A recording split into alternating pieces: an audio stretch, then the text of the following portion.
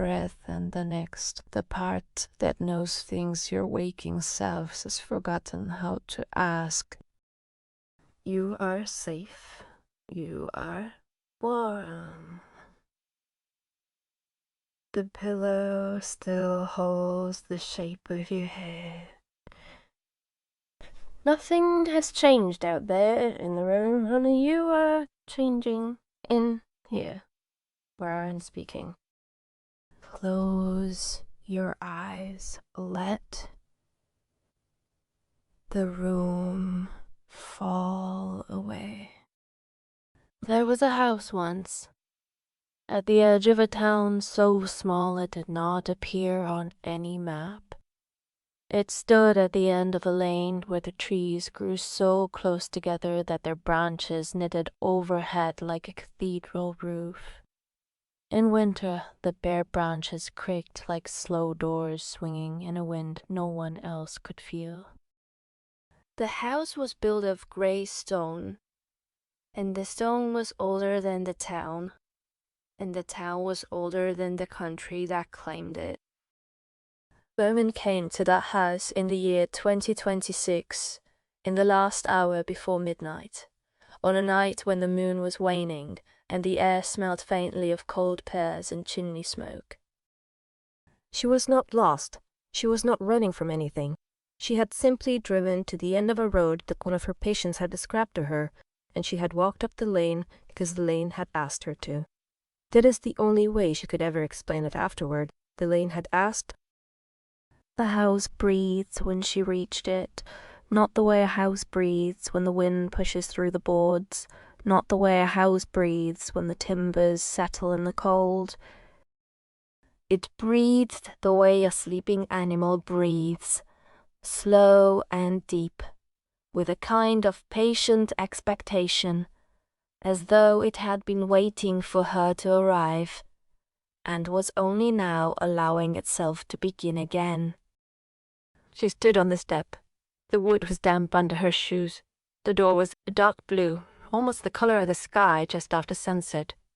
There was no handle. There was no knocker. There was only a small brass plate set at the level of her hand, and on the plate was engraved a single word, in a script she did not recognize but somehow understood. The word meant still. She pressed her palm against the door. The wood was warm, warmer than the night air, warmer than her own skin. And the door opened inward, slowly, as though the house were exhaling a long breath it had been holding for a very long time. Step inside with me now. Bring nothing with you. Leave nothing behind. The hallway was lit by no lamps she could see, but it was not dark. The light was the color of amber, the color of honey held up against the window.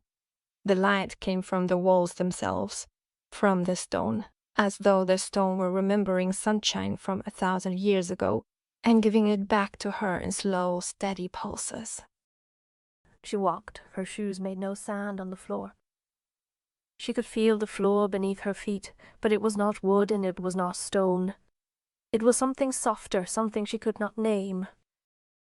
The hallway curved gently to the left, and then to the right, and then to the left again, not leading her anywhere in particular, but leading her inward, the way a river leads toward its source.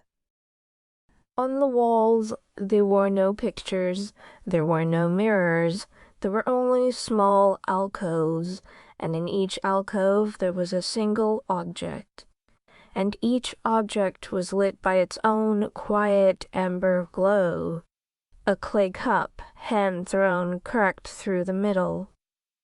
A child's wooden horse, missing one ear, the paint worn almost to nothing.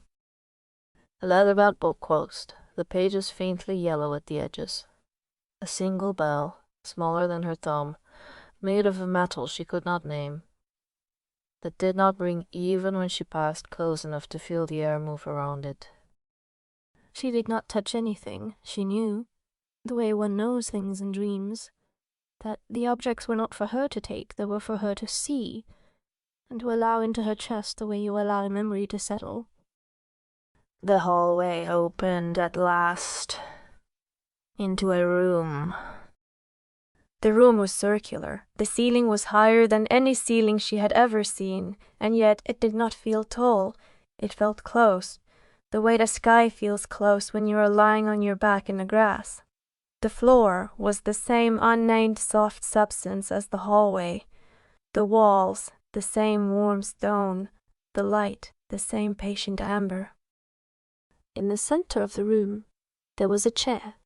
It was a simple wooden chair, the kind you might find in any kitchen, in any country, with a back straight enough to rest against and a seat worn smooth at the corners.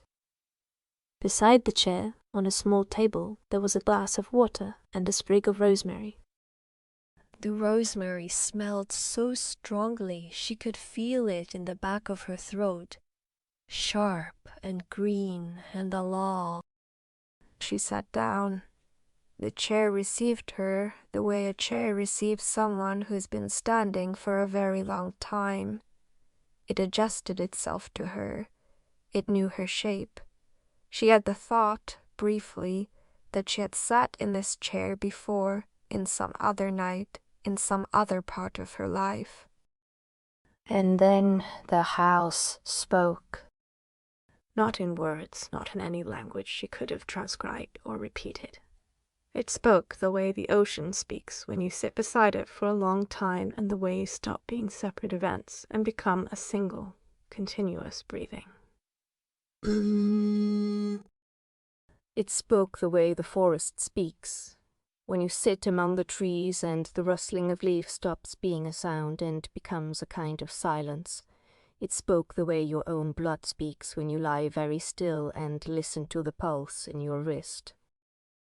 It said in the way that houses say things at the edge of sleep that she had been moving too loudly through her life, that she had been speaking before she had listened, that she had been reaching for things before she had remembered what her hands were for, that she had been waiting for the future to arrive when the present was already sitting beside her, asking to be noticed. She closed her eyes. She did not plan to. Her eyes simply closed, the way a curtain falls when the light behind it grows dim. And when her eyes closed, she could feel the room more clearly than she had ever felt any room. She could feel the stone holding its ancient warmth. She could feel the chair supporting her. She could feel the rosemary giving its small green sharpness to the air. She could feel the glass of water waiting patiently. She understood, in that moment, that stillness was not the absence of motion. Stillness was the presence of everything, all at once, held without force. She understood that the house had always been there. At the end of every long day, at the end of every long year, at the end of every long thought she had ever tried to finish before it was ready. The house was waiting. It had been waiting for her to stop and listen and let the room be only the room and let her body be only her body and let the night be only the night. She breathed in. The air smelled of rosemary and cold stone, and the faintest hint of wood smoke